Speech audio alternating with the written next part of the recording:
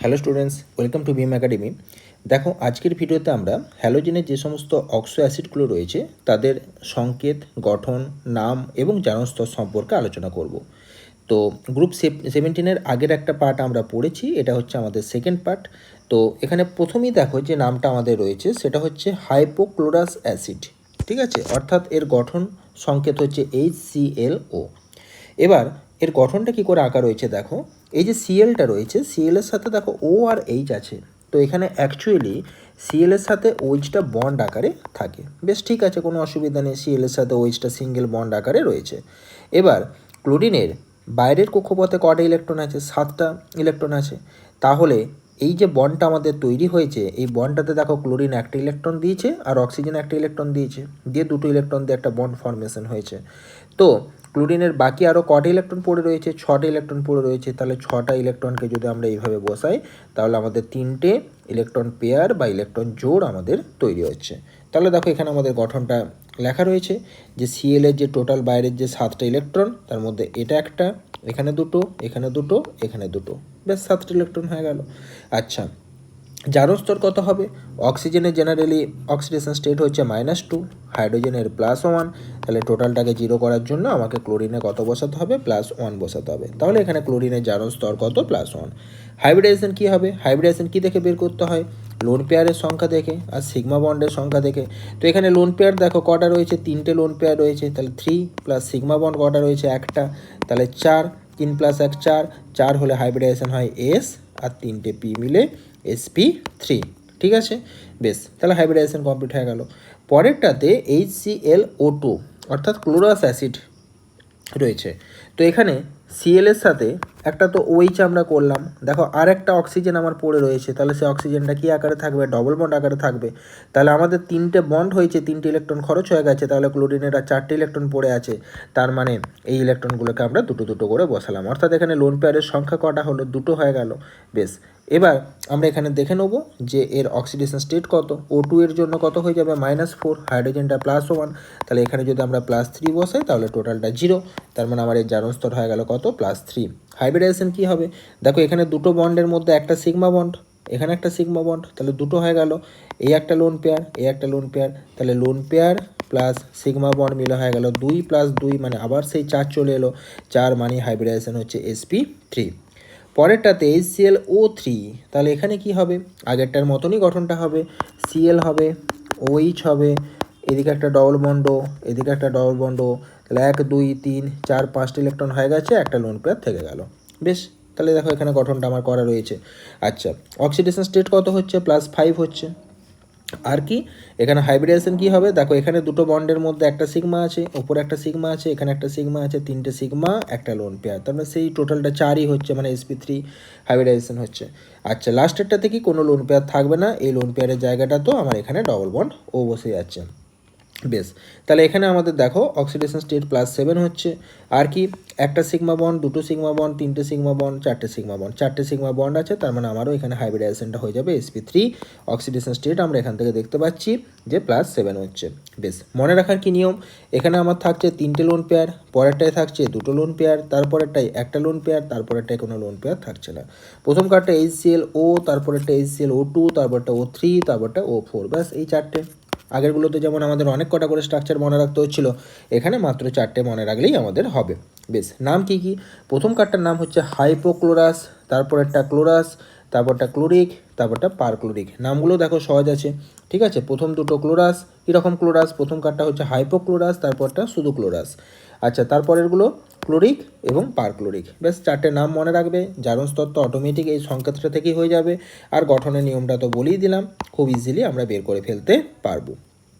চলে আসছি আমাদের যে হাইপোথ্যালাস অ্যাসিডগুলো রয়েছে, এদের ক্ষেত্রে আমাদের কি কি হবে? হাইপোথ্যালাস অ্যাসিডগুলোর ক্ষেত্রে দেখো HOCl আছে, HOBr আছে, আর HOI আছে।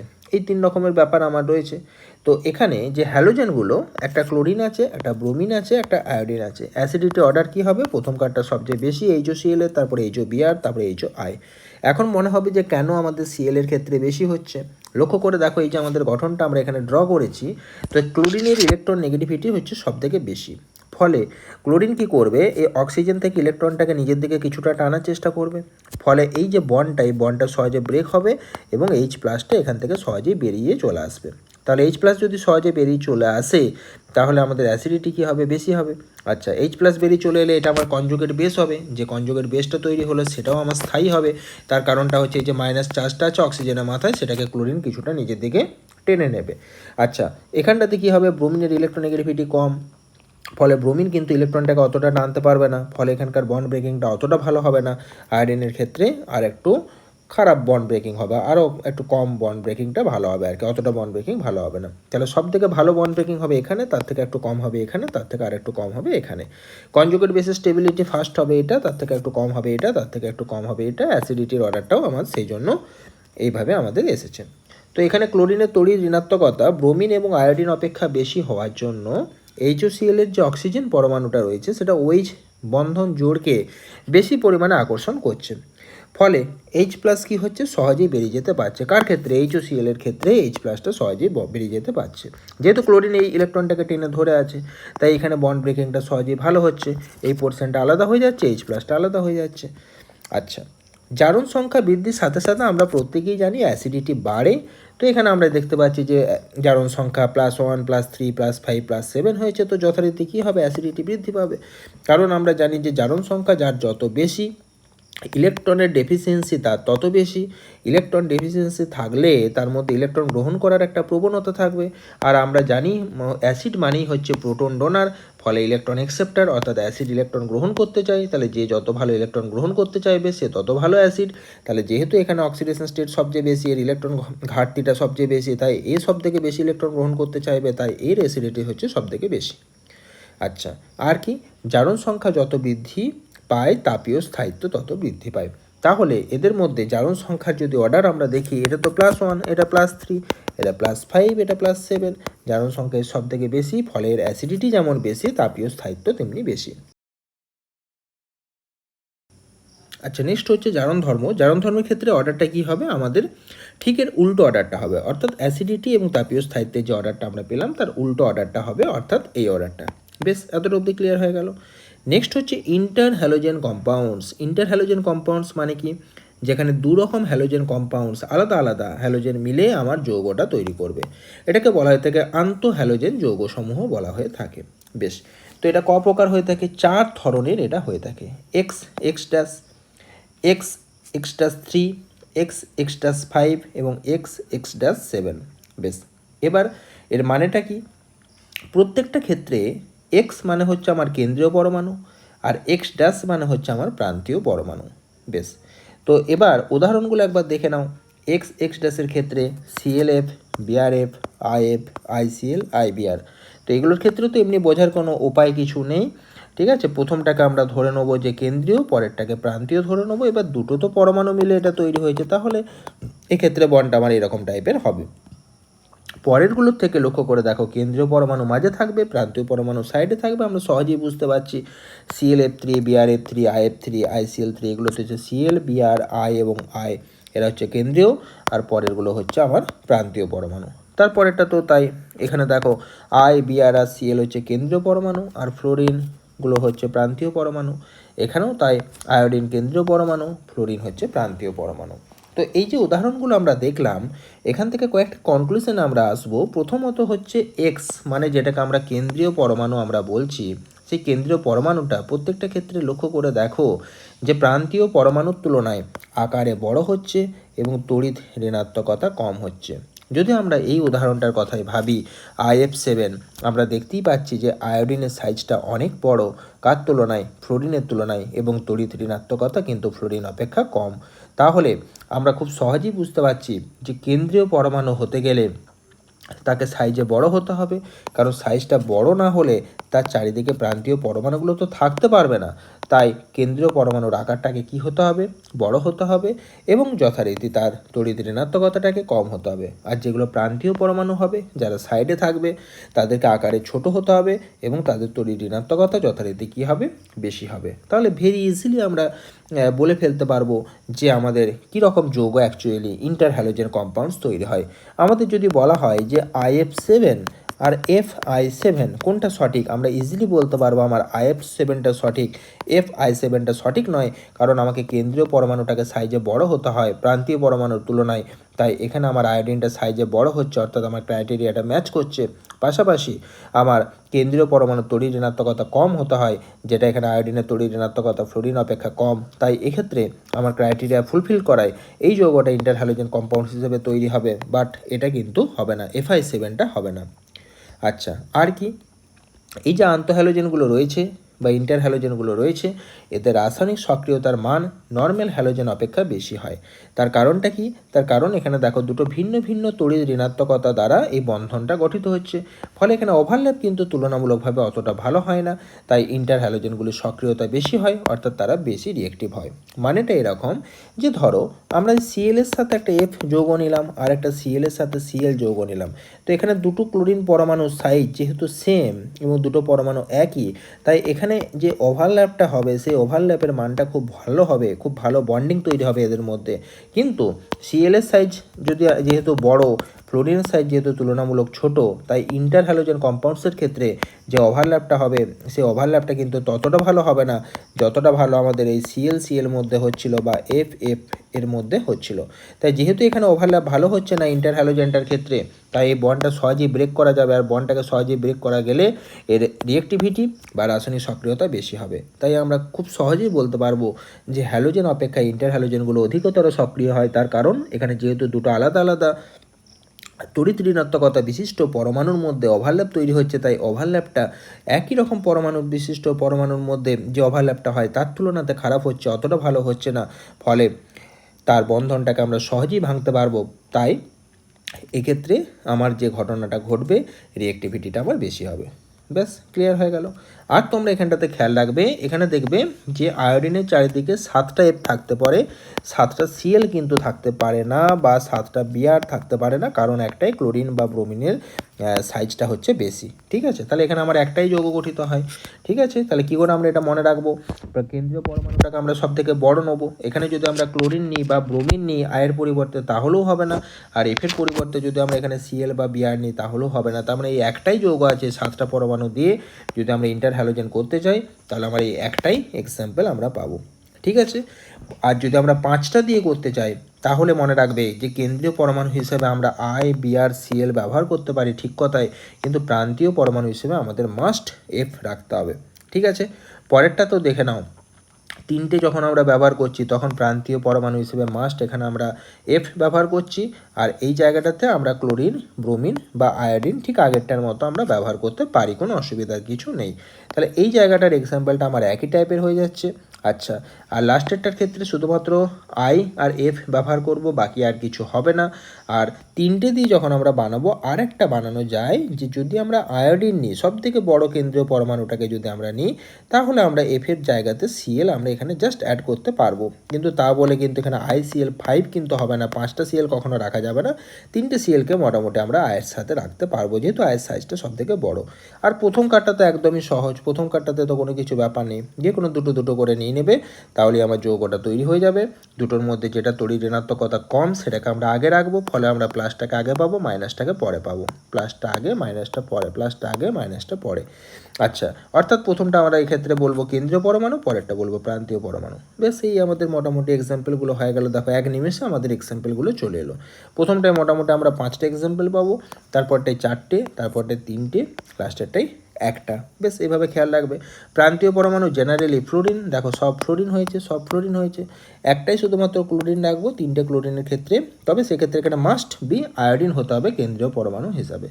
আর লাস্টেরটাতে আমার কেন্দ্রীয় পরমাণু শুধু আয়োডিন হতে হবে, বাকি অন্য কেউ কিছু যৌগ গঠন করতে পারবে না।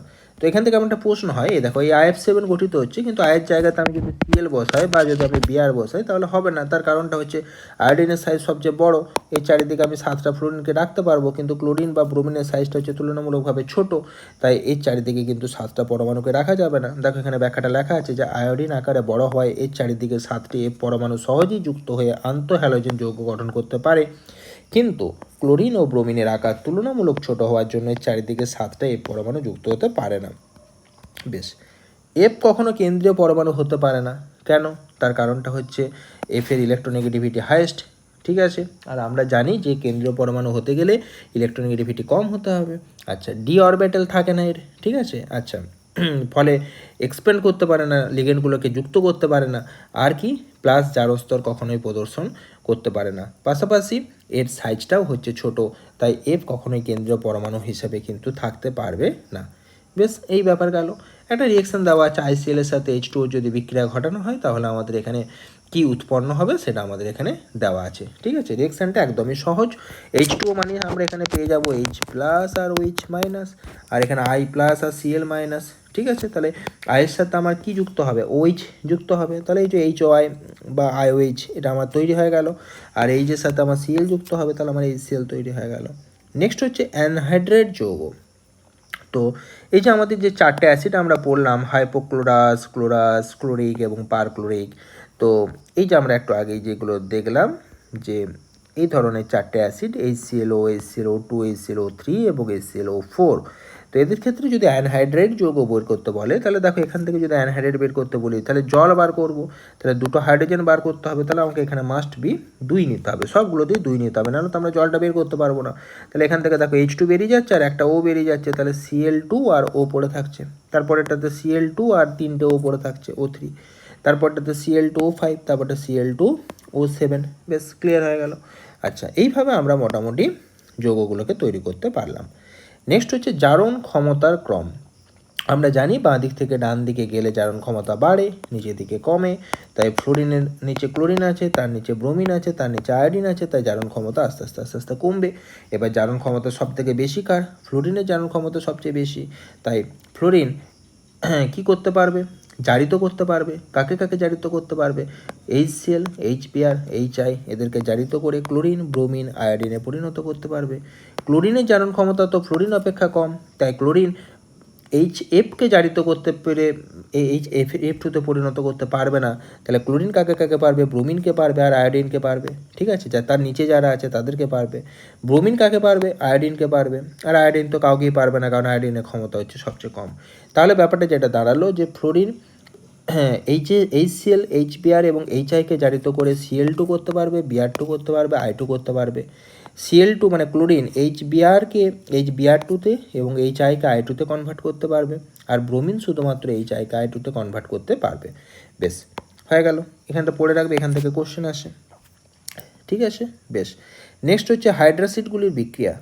তো আমাদের এখানে যে সমস্ত বিক্রিয়াগুলো রয়েছে, SiO2 এর সাথে যদি আমরা HF এর বিক্রিয়া ঘটে, SiO2 মানে যেটা আমাদের সিলিকেট যৌগ বলা হচ্ছে, কাচের মধ্যে যেটা থাকে, এর সাথে HF এর বিক্রিয়াতে একটা SiF4 তৈরি হয়, যেটা সাদা ধোঁয়া উৎপন্ন হয়, এবং সেই SiF4 আবার HF এর সাথে বিক্রিয়া করে H2SiF6 তৈরি করে। এই যৌগ দুটো উৎপন্ন হয় বলে HFকে কাচের পাত্রে রাখা হয় না, ঠিক আছে। এটা একটু খেয়াল রাখবে, এটা পরীক্ষায় কোশ্চেন এলেও আসতে পারে, রিয়েকশনটা জাস্ট খেয়াল রাখবে। নেক্সট আর কি বিক্রিয়া রয়েছে, AgNO3 সাথে বিক্রিয়া রয়েছে। AgNO3 সাথে যদি আমরা HCl, HBr, HI বিক্রিয়া ঘটাই তাহলে নর্মাল আমাদের এগুলো তৈরি হবে এবং একটা করে অদক্ষেপ উৎপন্ন হবে। MnO2 সাথে যদি আমরা বিক্রিয়া ঘটাই HCl, HBr এইসবের, তাহলে আমাদের MnSO4 জল আর হ্যালোজেন উৎপন্ন হবে। আচ্ছা, CuSO4 এর সাথে KI বিক্রিয়া ঘটালে আমাদের CuI, I2 আর H2SO4 উৎপন্ন হবে। জাস্ট এই বিক্রিয়াগুলো খেয়াল রাখবে। এখানকার মধ্যে এই 4 নম্বর বিক্রিয়াটা একটু খেয়াল রাখবে, আর প্রথম বিক্রিয়াটা ভালো করে খেয়াল রাখবে। নেক্সট HCl এর কিছু বিক্রিয়া আমাদের রয়েছে, সেই বিক্রিয়াগুলো এবার আমরা দেখব। কি কি বিক্রিয়া আমাদের রয়েছে HCl এর সাথে, যে বিক্রিয়াগুলো KMnO4 এর সাথে যদি HCl এর বিক্রিয়া ঘটানো হয় তাহলে কি হবে, KCl, MnCl2, Cl2 এবং জল উৎপন্ন হবে। K2Cr2O7 এর সাথে বিক্রিয়াতে ক্রোমিক ক্লোরাইড উৎপন্ন হবে। Pb3O4 এর সাথে বিক্রিয়াতে PbCl2 আর Cl2 উৎপন্ন হবে। AgNO3 এর সাথে বিক্রিয়াতে AgCl এর সাদা অদক্ষেপ হবে। সোডিয়াম কার্বনেটের সাথে বিক্রিয়াতে NaCl হবে। Na2CO3 এর সাথে বিক্রিয়াতে এই SO2 গ্যাস উৎপন্ন হবে, আর এখানটাতে CO2 গ্যাস উৎপন্ন হবে, আর লাস্টেরটাতে H2S গ্যাস উৎপন্ন হবে। এই বিক্রিয়াগুলো মোটামুটি করে রাখবে। আচ্ছা, HCl অ্যাসিডের শনাক্তকরণ কোন পরীক্ষার মাধ্যমে করা হয়, ক্রোমিল ক্লোরাইড পরীক্ষার মাধ্যমে করা হয়। বেশ, মোটামুটি আমাদের এই চ্যাপ্টারটা এখানেই কমপ্লিট হলো। এর পরের ভিডিওতে যদি এখান থেকে আরও বেশ কিছু রিয়েকশন বা আদার্স কিছু টপিক আমরা পাই সেগুলো আলোচনা করব। আপাতত তোমরা যেগুলো ভালো করে এখান থেকে পড়বে সেটা হচ্ছে ইন্টার হ্যালোজেন কম্পাউন্ডস, অত্যন্ত ইম্পর্টেন্ট, এখান থেকে প্রশ্ন আসার সম্ভাবনা অত্যন্ত বেশি। এই 3টে টপিকে শুধু সিরিয়াল অর্ডারগুলো মনে রাখবে, এখান থেকে প্রশ্ন আসতে পারে, এইটা খেয়াল রাখবে। আর এখানে আমাদের যে গঠনগুলো রয়েছে সেই গঠনগুলো সম্পর্কে খুব ভালো করে একটু পড়ে রাখবে। বেশ, আর আগের ভিডিওটাতে তো আমরা বাকি পার্টটা আলোচনা করেইছি। বেশ, আর এখানে অ্যানহাইড্রাইটগুলো কী করে হচ্ছে সেটা খেয়াল রাখবে। জারণ ক্ষমতা থেকে একটা প্রশ্ন আসে, এই জায়গাটা দেখে রাখবে। আর এখানকার মোটামুটি এক্সাম্পলগুলো রিয়েকশানগুলো দেখবে, পরীক্ষায় কোশ্চেন এলে কীরকম টাইপের আসছে দেখে করার চেষ্টা করবে। বেশ, ঠিক আছে, আজকের ভিডিওটা এতটাই। পরের ভিডিওতে আমরা অন্য টপিক নিয়ে আলোচনা করব।